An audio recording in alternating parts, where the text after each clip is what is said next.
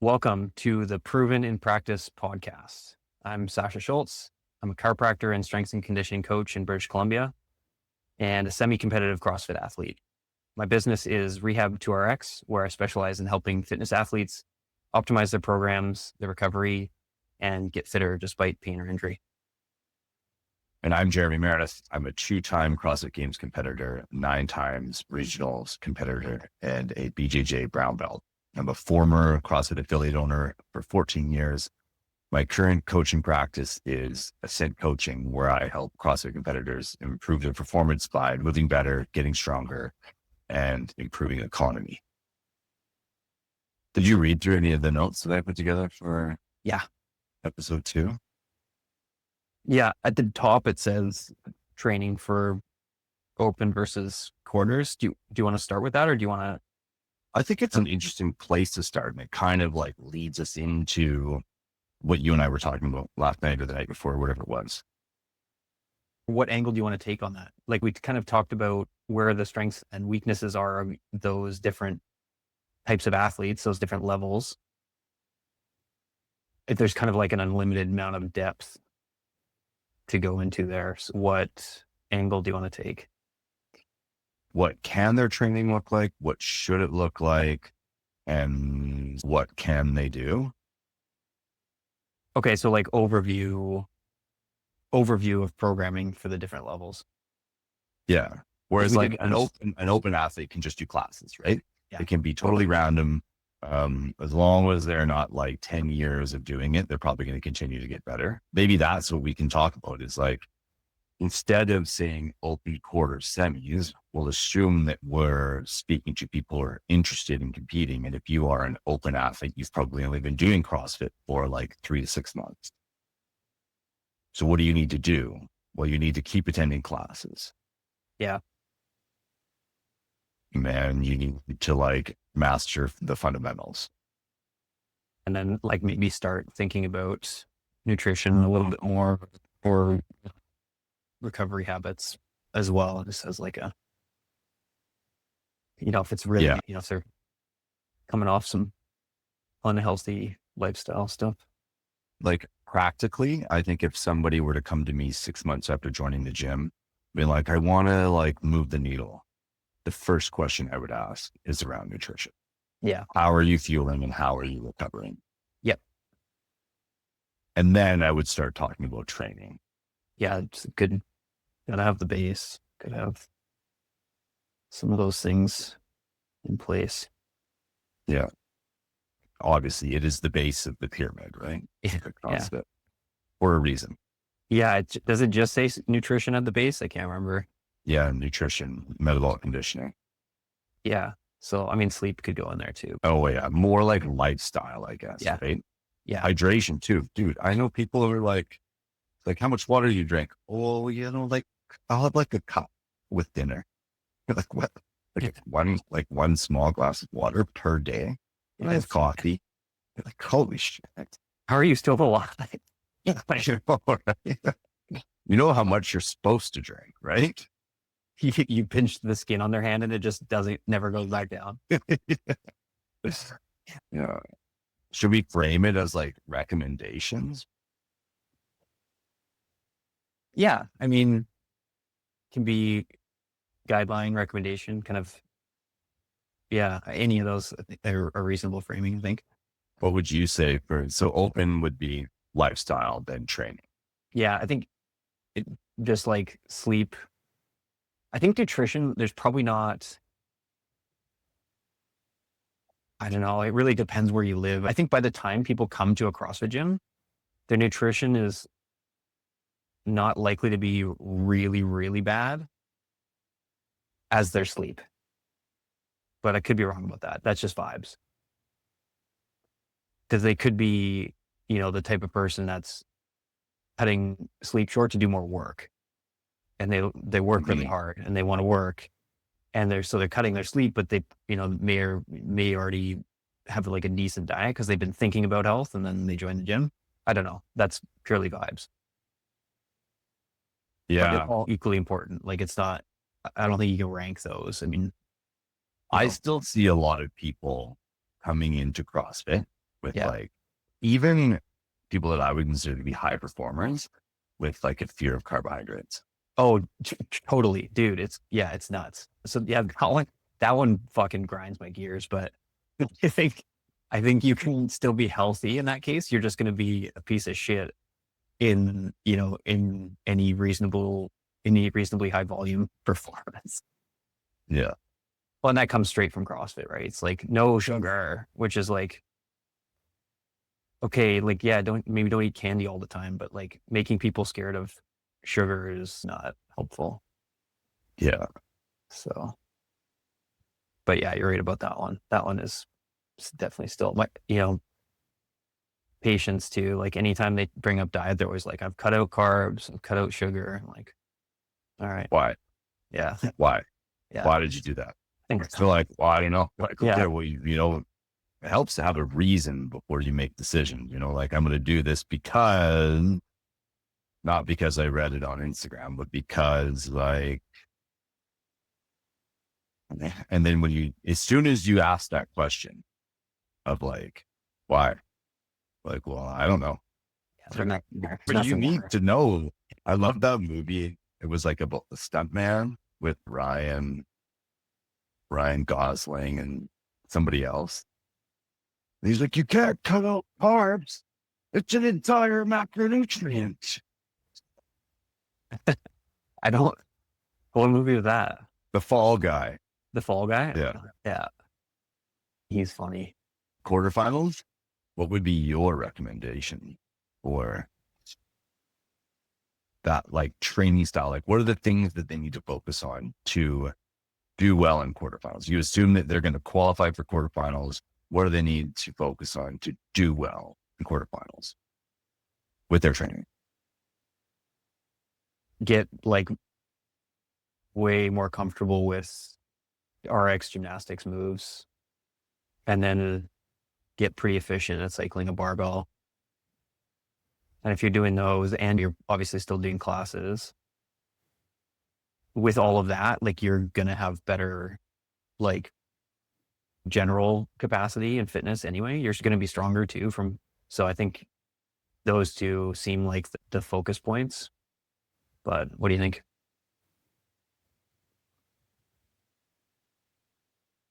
I like the way that you're thinking that efficiency with the barbell will just kind of have some generalized carryover. I would definitely say increased strength, because as soon as you go to quarterfinals, now all of a sudden it's like, okay, we're going to do these clean and jerks at 275. The heaviest weight that you deadlifted in the open was 185, and Yeah. now it's 275 clean and jerk. Yeah. But when you just say the like efficiency with the barbell, it kind of brings in that like, yeah, you need to be stronger. Right? Yeah. Like you need to cycle heavier weights. Yeah. Maybe each of those extra barbell workouts also has like a little bit of a heavy, you know, like a little bit of a ramp to start, and then you can back off and do some volume. But yeah, I mean, the strength definitely multiplies pretty quick. Like when I did quarterfinals, I've only done it once. It was 2 years ago, and the heaviest barbell was 245. I think it was clean and jerk, max clean and jerks. Mm. So That the one with the box jump overs, 30-inch box jump overs. no, I think it it was was. just clean and jerk ladder. Oh, I think it was just like 20 reps at 135. 10 reps at 185, and then max reps in the remaining time at 245, or it went 225 first. Something like that. savage. Yeah. So, but like 245 is not super heavy, but they could have definitely had like 315 deadlift in there for reps. And then that'll be tough, especially if it's in with other stuff. But yeah, the barbell weights definitely jump up a huge amount. Yeah. You made a point about assuming the classes. So this quarterfinals athlete is probably still doing mostly classes and maybe some additional extra stuff. Probably. Yeah, I would assume so. I think probably most people still do some amount of classes, and they just kind of tapers off. Yeah. So if they're doing basic strength work in their classes, would you say that when you get to this level, you need to push that stuff harder? Like it's All the not time. enough to just do it. You Yeah. can't just do your heavy squats. They have to be like heavy, meaningful, heavy squats I and don't like deadlifts. that totally depends on where the programming that they're coming from. It may not be that the absolute intensity goes up, but the volume might have to go up, or who knows? Like if they're doing sets of 5 all the time in class or whatever, then yeah, like then they're gonna have to start doing some singles and some stuff. I'm thinking more like in terms of RPE. Yeah, they probably will have to push the RPE higher because most people are probably not pushing. They're lifting super close to failure. The heavy stuff, at least. If you were to look at it instead of like, what should you be doing, more like, what are these people doing? Like what sets the quarterfinals athlete apart from the open athlete, like somebody who's in quarterfinals and wants to do well. When they do their strength work, they are training like typically 2 to 3 reps in reserve. And that's a true 2 to 3 reps in reserve. Yeah. It's not like, oh, that was pretty tough. And the coach is like, you have like 10 to 15 reps in reserve. Yeah. At a certain point, you can't like make progress by just cruising anymore, right? Yeah. On the relative intensity. So, yeah. How would you measure that? Would you use reps in reserve or Yeah. just RP fast? or IR for sure. Would you push more sets? Like, let's say the whiteboard says back squat 5x5. Are you having these people build up to one like 5 rep set at like RPE 8.5 or 9? Or are you having them be like warm up and then do your 5 sets at RPE 8? Yeah. 5x5 at a real, a real intensity is fucking brutal. Mm-hmm. So depends on when they're doing that. Like probably not doing that all the time. Cause I think, 1 or 2, or maybe the middle 3 sets are like pretty hard and the tail ends are like a little bit of a pyramid. And then you're still getting 3 pretty high intensity sets. But yeah, like a real 5x5 is devastating if you push it pretty good. So I don't know if they're not, if that's the focus, if the lifting is the real big focus at the moment, that seems reasonable.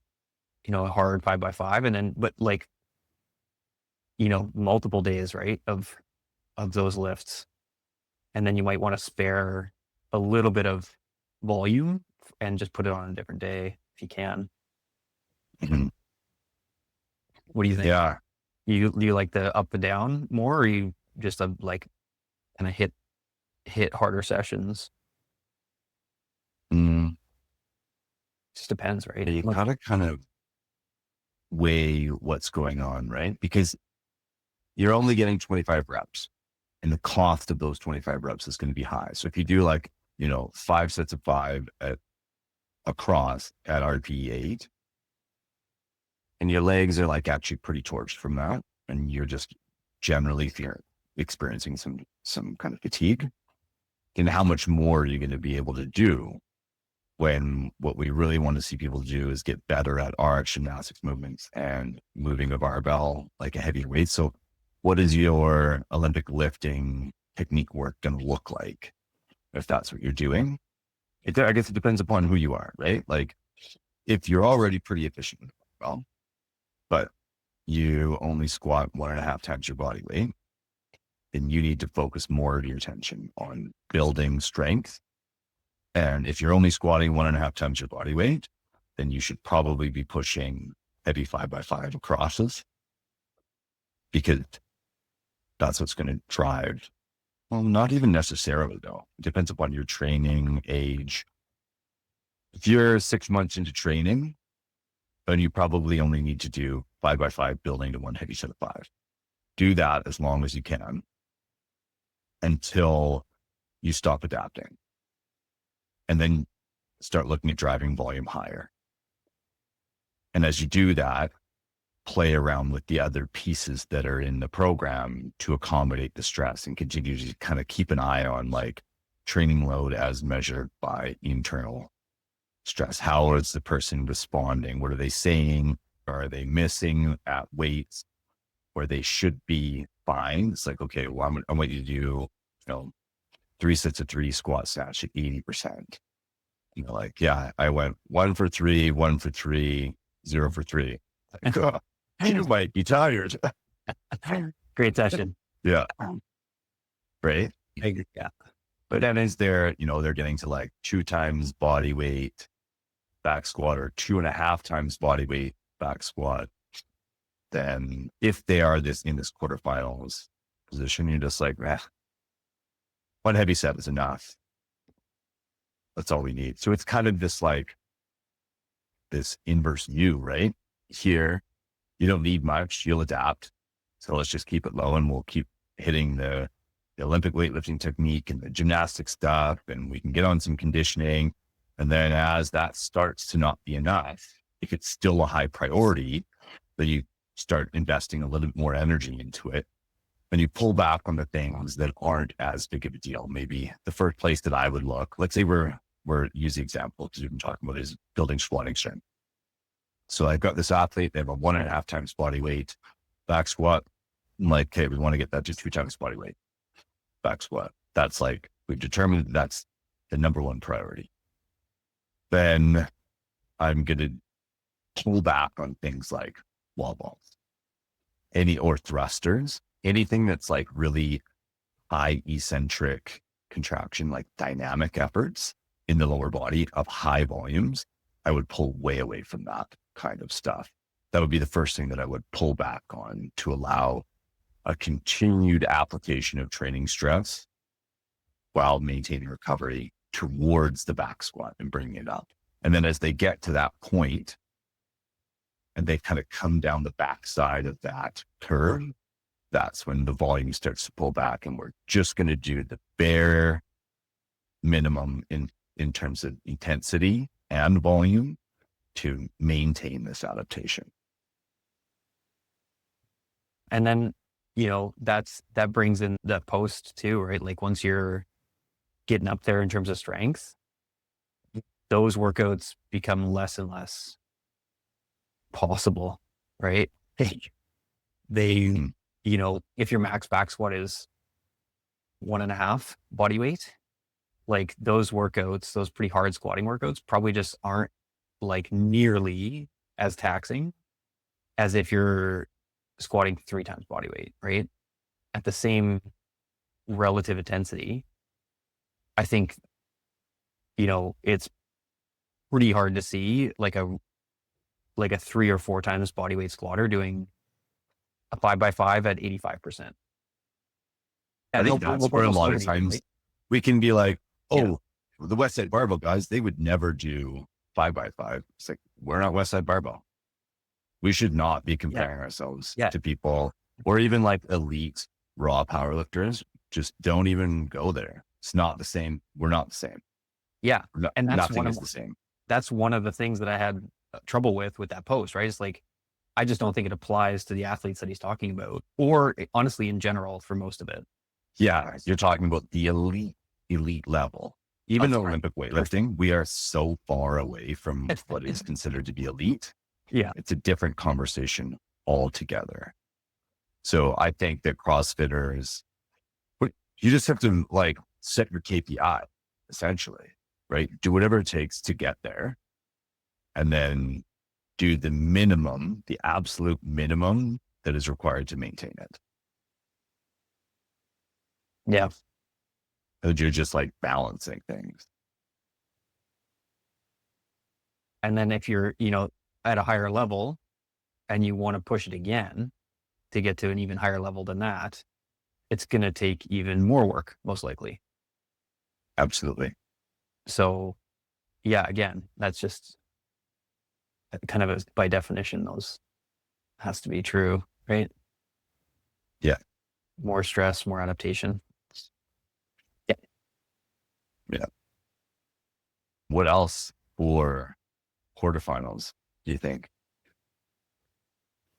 That pretty much covers it, eh? I think those are like the main things.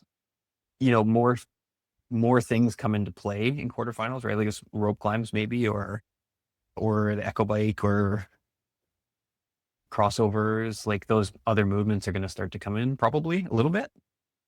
So, you might have to have more sessions to practice things those other skills that just aren't there before quarters. So if we were to look at the open class and treat it like an RX, this is, if you want to perform well in the open class, here's my prescription as a coach. Focus on nutrition, sleep, and hydration.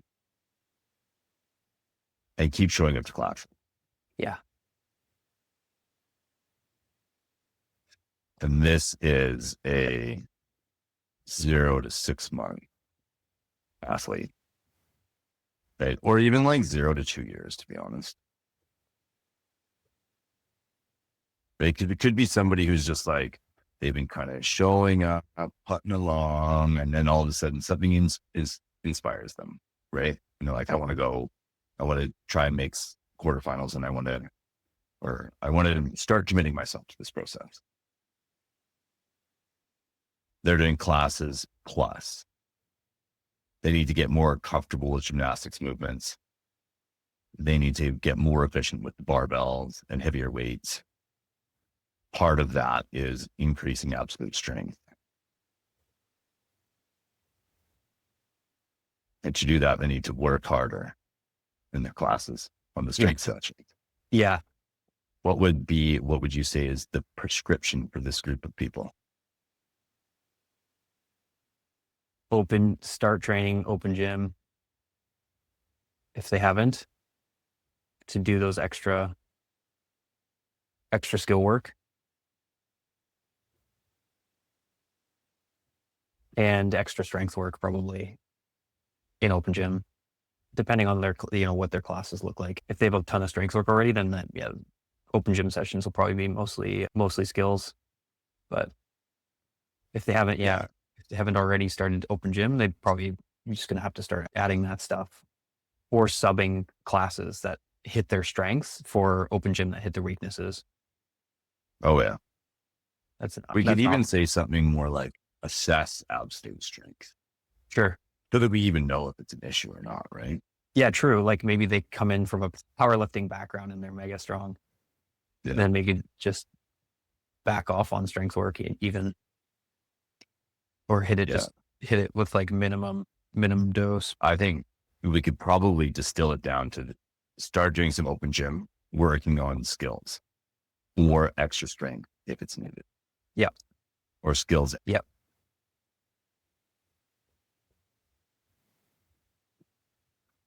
Semis. Or strength. Oh yeah, you need to be way stronger. Now we're talking like many, many years to get to that level, right? Potentially. You need a really high work capacity.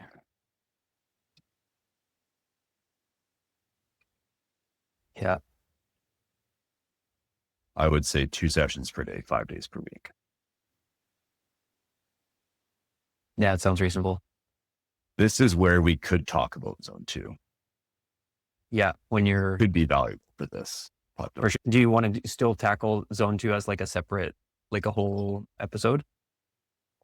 We could just plant the seed here too, right? Start thinking about adding zone 2 work, and then we could talk about who and when and why on another episode. Yeah. Because there is an interesting discussion there too, as it relates to like rehab and periodization and stuff like that. So there's a fair bit there, I think. Did you ever read that how to skate a 10K? No. He did. He was doing 6 to 7 hours of zone 2 a day, 40 to 50 hours a week. Nuts. And then it was all running and cycling. And it was all to lay down what he said was the foundation. Oh, I've seen I've seen this program. to do as I many repeats of 30-second 200s on his skate as he could in a single session. oh man. It was just like, this is how fast I need to skate to set the 10K world record. I'm just going to skate this fast as much as I possibly can. Yeah. And then I'll go out there and I'll do it for 10 minutes straight. I mean, like runners do, that's just kind of how you train for stuff, right? Like you train below and above at some proportion of your training. Where you train above to get faster and you train below to build basic fitness characteristics. And then you just train right at it to get ready for the specific performance. But yeah, like marathon, there's this old time marathon guy that did like 400-meter repeats or something as a workout. But he did him at his marathon pace. Oh, I think way faster than marathon pace. Oh, geez. I don't know, like probably like minute 10, minute 15. I can't remember. Even that, like that, you think about like the world record marathon pace right now is like 240-ish, right? Is it? Yeah. So to run 110 400s is like around world record pace. It actually is like, it's so freakish when you break it down to it's like a short distance sprint for normal For people. all of us. Yeah. Yeah. And they're just, steady state. Yeah. Indefinitely. Have you seen that video? They have it's like this giant padded treadmill that runs at the pace and they let people walk. And they can, some people can sustain it for like 4 or 5 strides and then they're down. Yeah, it's fast. It's a sprint. Like for even okay runners, it's a sprint. Yeah. I think the way that you kind of very simplistically explained endurance training is something that I very much agree with. And it's funny that it's just like people kind of ignore that view of training endurance as soon as we start talking about CrossFit. Yeah. Oh yeah. Like if you want to get faster, go faster.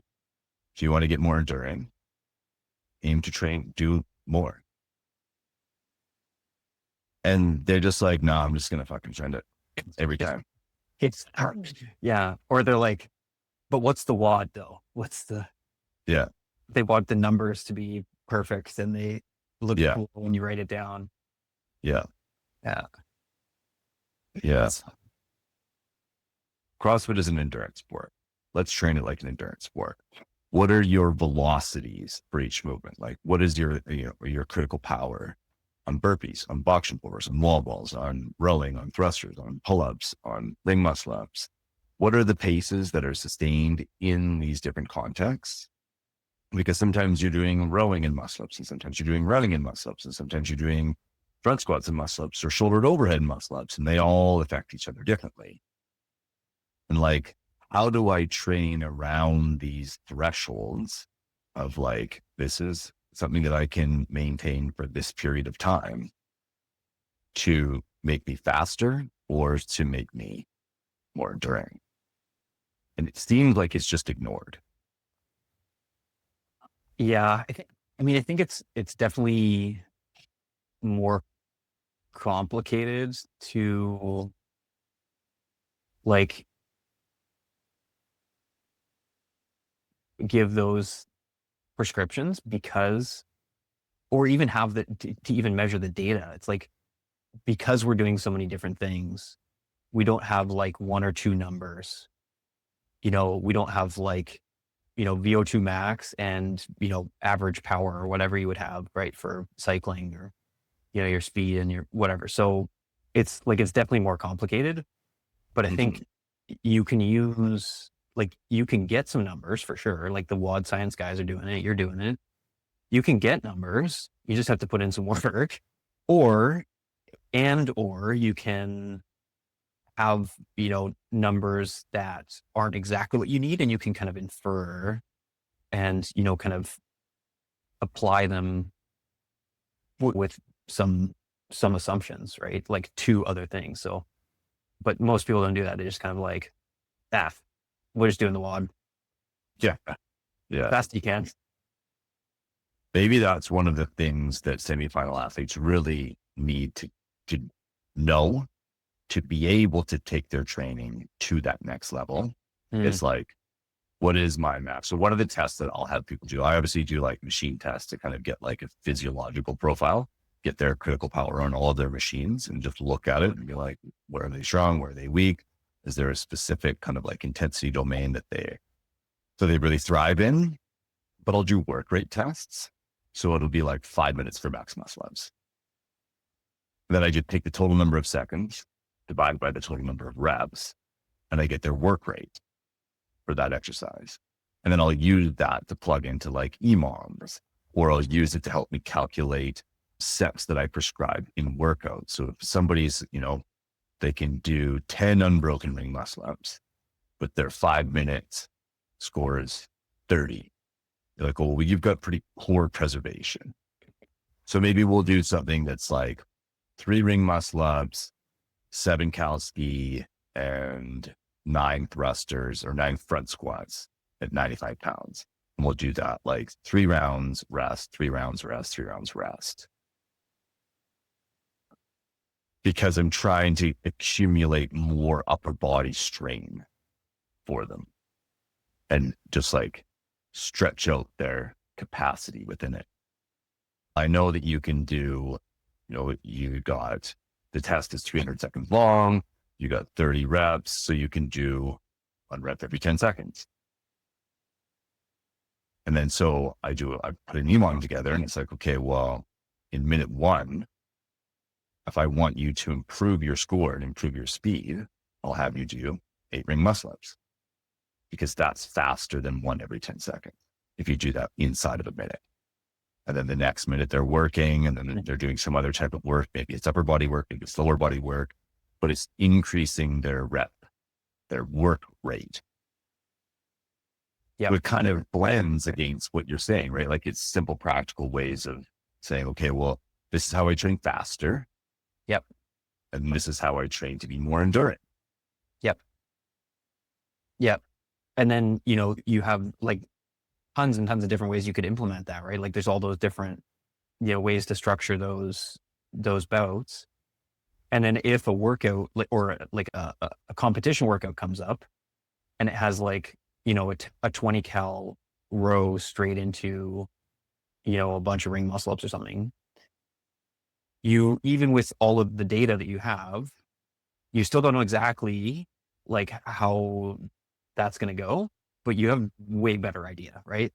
So you can give them now like a better pacing prescription for that workout, but you still like, it's still not exact, like 1-to-1, No, or even as close to 1-to-1 as it would be in monostructural, right? Where you can say, like, I know what pace you can do. I know what power output you have. Like, just do this. You can't be quite that sure, but it's like getting closer, right? So, but even that is like, there's variations day to day, and that will exist in mixed modal activities too. Yeah. And as you muck around with those different scenarios and you work on exposing, so you're using this like work rate concept, like, maybe I'll give you 30 seconds to do 5 or 60 seconds to do 10 or whatever your work rate is. I can pair that in sets of 3, 5, 7, 9, 10, whatever, with different activities. And then when they go into the workout, they'll know more intuitively how to apply different strategies to different tests. Yep. Which is a huge part of performance. Yeah.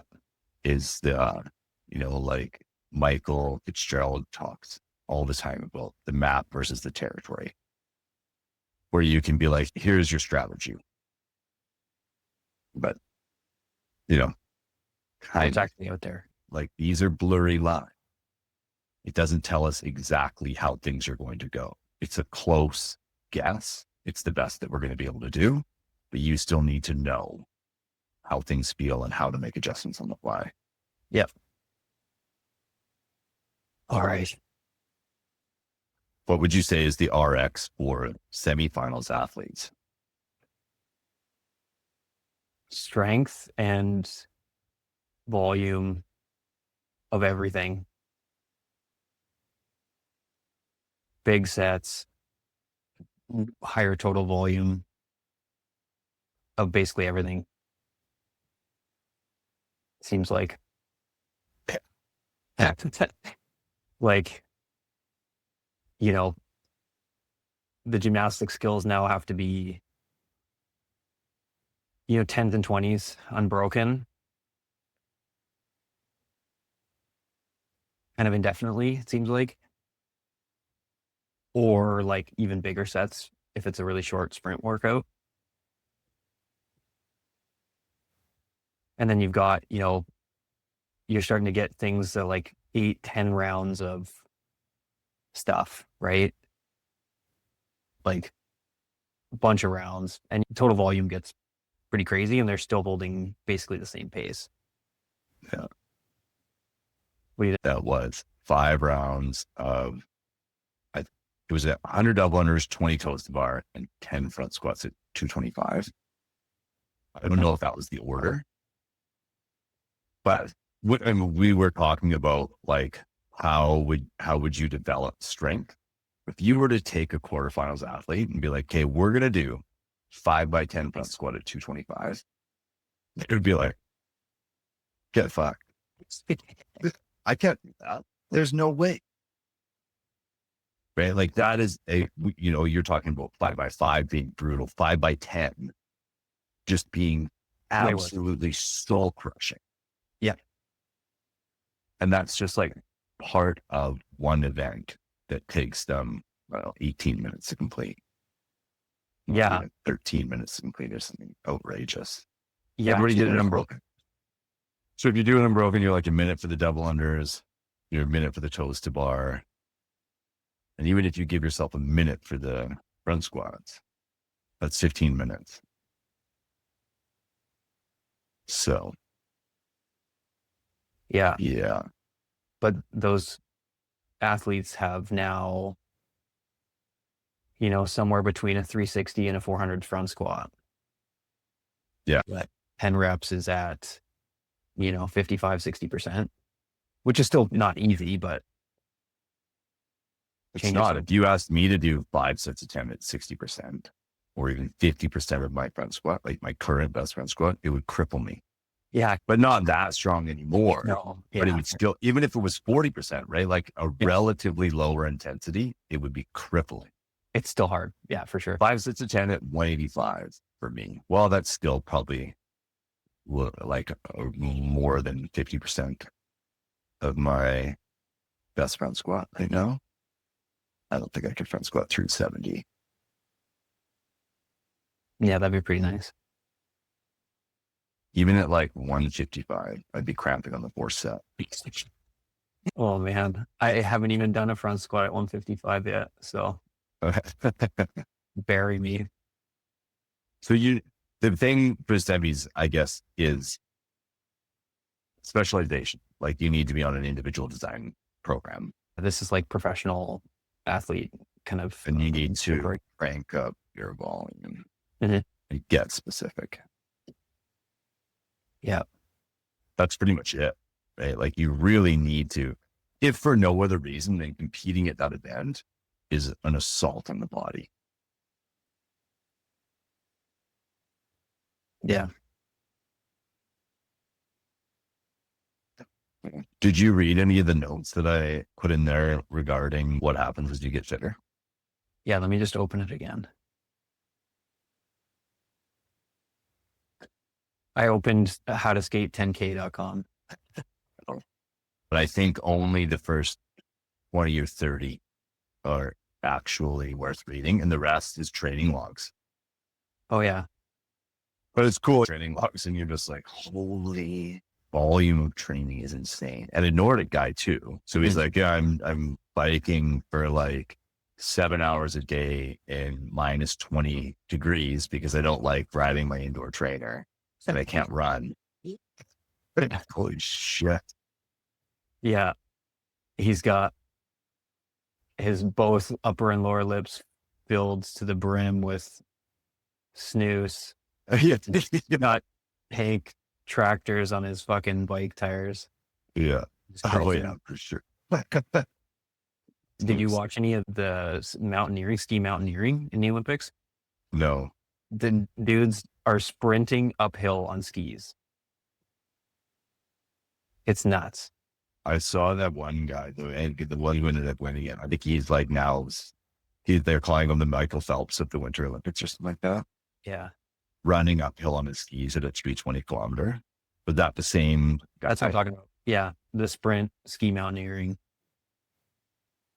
It's nuts. They run uphill on those skis. They take them off. They put them back on, run a bit more, and then they ski down to the finish line. Oh, cool. There's like a little bit of a course too, isn't there? Yeah. They have to go around these things a couple of times and then they have to run upstairs.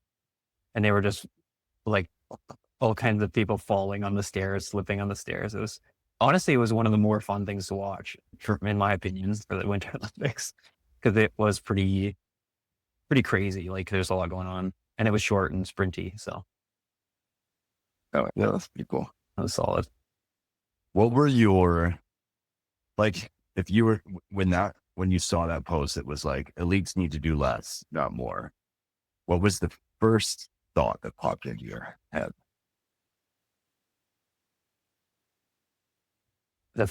How did you start dissecting it? So the first slide is the fitter you get, the less volume you can handle. Oh, That's yeah. Like if not misleading, then just flat out wrong. yeah. Like I see that and just like no, and then you go to this second slide and you No. go to the second slide and it's like getting bigger, getting stronger, getting faster, getting smarter. And I'm like, okay, this is written by AI, of course. But no, I'll give him that. I think at the real extreme level of strength, I think this is probably right. But it's Almost still everything. wrong in that statement that the harder you are, the less you can handle. Yeah, still wrong on its face. Because that, by definition, is incorrect. Like those two statements are at odds with one another. They can't coexist because to be fitter, you have to be able to do more. Yep. So Yeah. I remembered it being more centered around intensity, with the idea being like, okay, so these guys are they're able to tap into intensity, which is like a common, I think, conversation point in coaching circles. When you're able to express yourself better, then you can stress yourself higher, right? So like, my potential is to do 100, and your potential is also to do 100, but I'm further along in my training journey.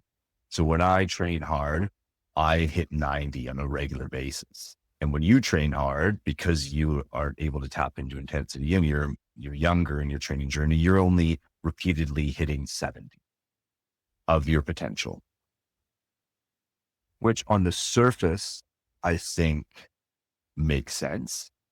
But in the research, it's not fully supported. Yeah. And for like various reasons too. And I think even if that's true, it's still not obvious that the athlete that's consistently going to 90% is going to have a harder time recovering from that. I just don't see that either necessarily. It could be, but I don't think that necessarily works out that way. So, And when you want to argue against that, that's one point that you can make. Just say like, well, I don't know if this is true or not, because I don't think that just because you're going closer to your genetic potential means that the stress that you're applying and the way that you respond to that stress is more intense or more dramatic, respectively. yeah. It seems like in the research, it isn't always.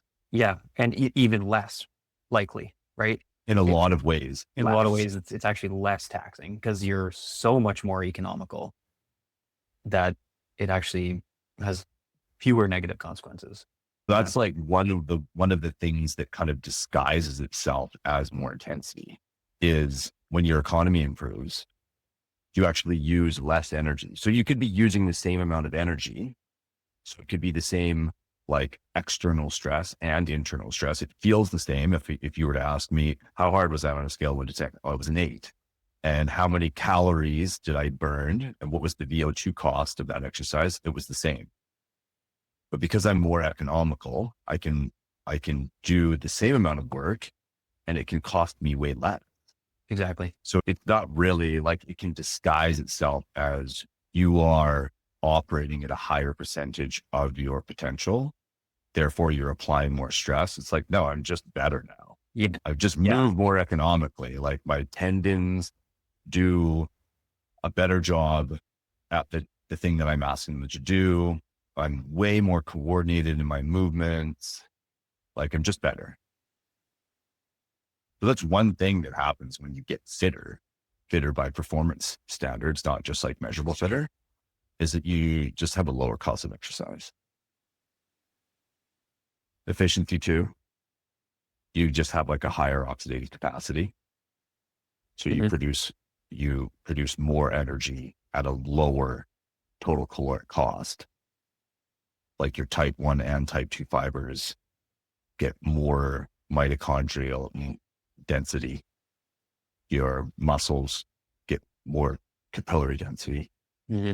So not only are you consuming fewer calories, but you're getting more ATP per calorie that you burn. So you're just more efficient. So these are things that like hide that. We look at it and we're like, oh, they're growing and growing and they're getting closer to the ceiling, but we're not. We're kind of like, it's almost like we're bringing the ceiling closer to us.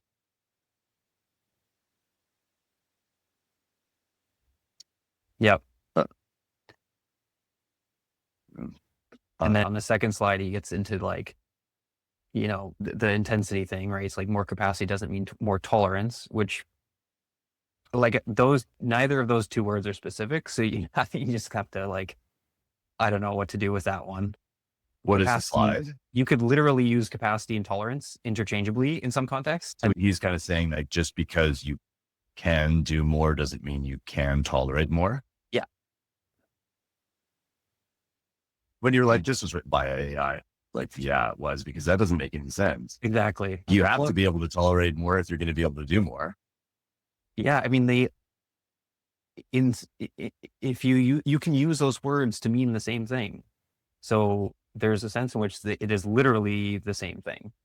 Anyway, Yeah. we can give him this, benefit of he meant different things by those words, but then on the next one, it's about Pat Vellner. It's like Pat Vellner has talked about, looking back at his old training logs and being amazed, but it's not because he's older or because he's got a family now. It's just because he used to be able to do more. Yeah. But were the things that he was doing as hard? Yeah, I don't know. And he says he simply became fitter. So he's saying it's not because he's older or because he has other priorities and other stresses now. It's because he's fitter that he can now do less, handle less, which is wild. But also, in what way is he fitter now? Why do we think that, right? Like that also is not obvious because he doesn't do as well at competitions as he used to. Mm-hmm. But he may be stronger now. So it comes back to that like absolute strength being maybe the case where this is true. If you define fitness purely physiologically, right? Like let's just use VO2 max to define fitness. Is he fitter now? No, there's no way. But he's probably reached his genetic ceiling in terms of VO2 max years ago. But he's probably still getting better, more economical. He's getting better skills and he's getting stronger still. And he's learning to strategize his workouts better. He's getting smarter. So he's able to improve his performance, which is how CrossFit measures fitness. They like these measurable, observable, repeatable tests of fitness. But when you start talking in these when you make like absolute statements, You need data to back it up. And the only way that we can measure fitness is with something like VO2 max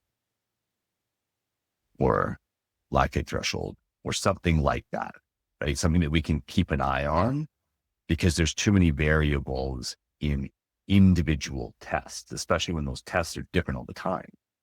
But I mean, you could use benchmarks and like, I don't know. I just don't know what his numbers are doing. I think he's probably gotten stronger still, but maybe that's wrong. But like what's his like 2K row and his, 5K time, or his Isabel, like all those could be used as well. I just don't happen to know whether his times have gotten better on any of those or not.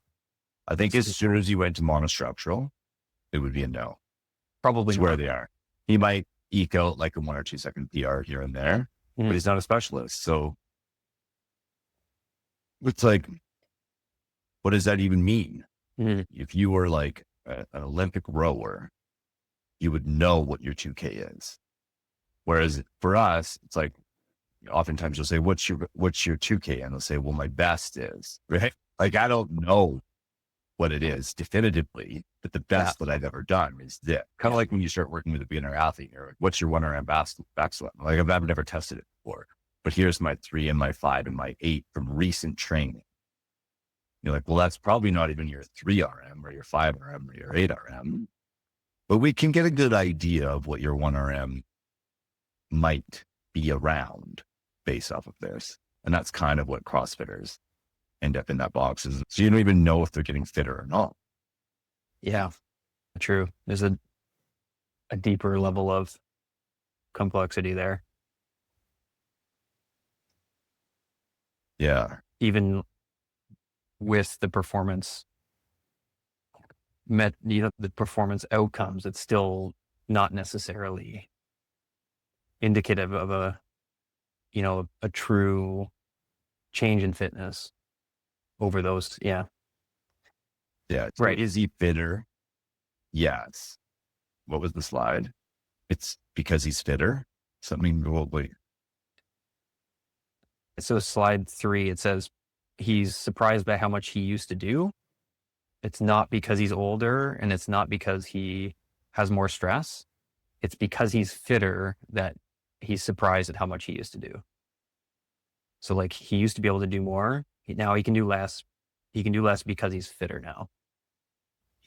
So here's another side of that argument is, did he used to do more because he could do more, or did he used to do more because he needed to do more? So like, we talked about expanding your gymnastics capacity.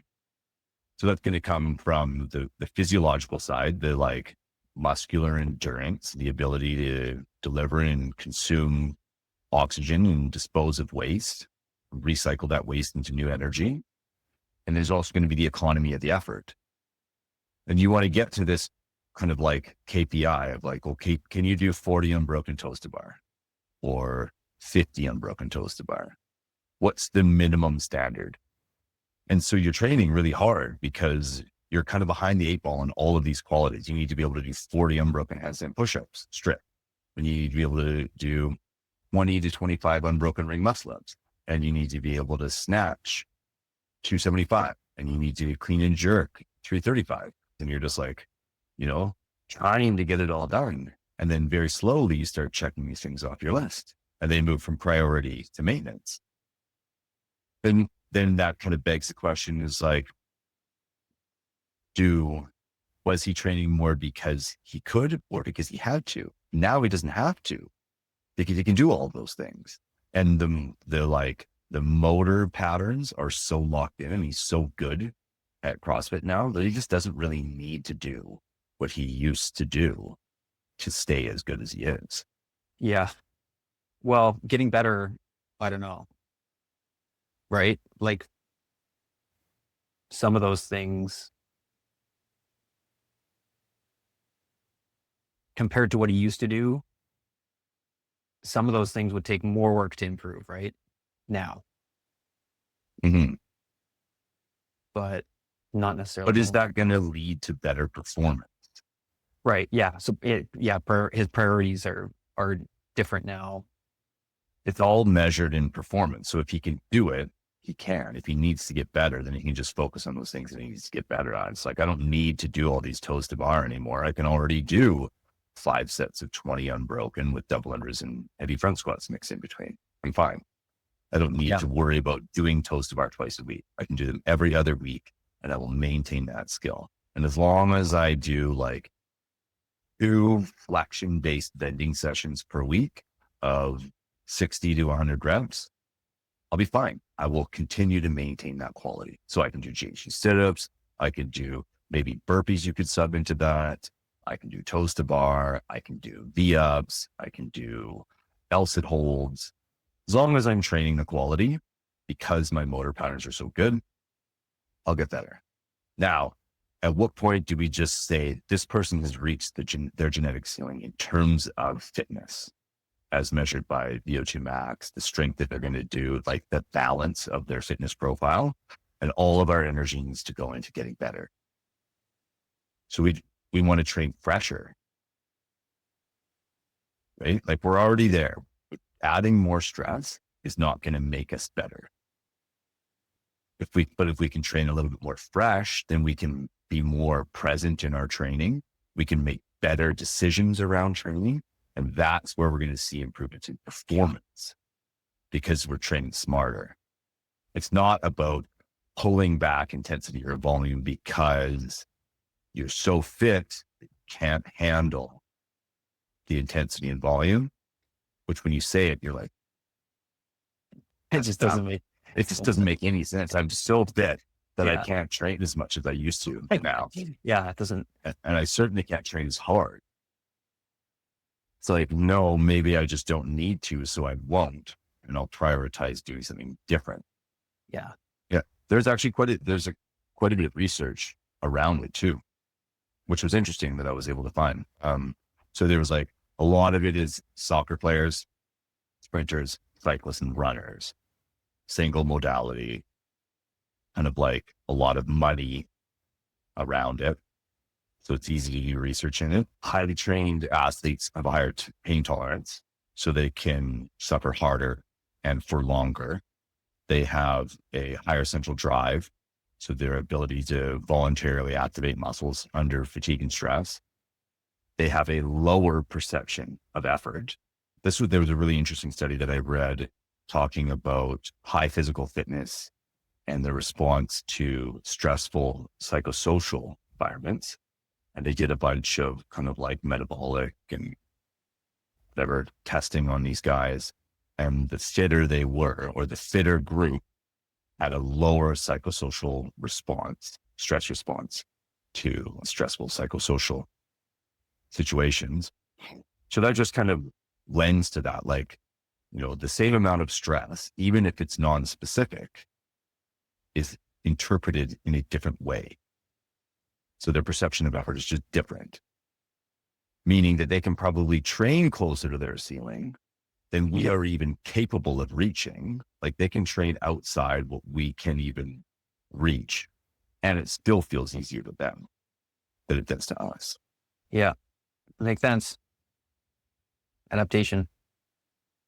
Yeah. Yeah. I think another thing that gets missed in that slide presentation is just the like adaptation to stress,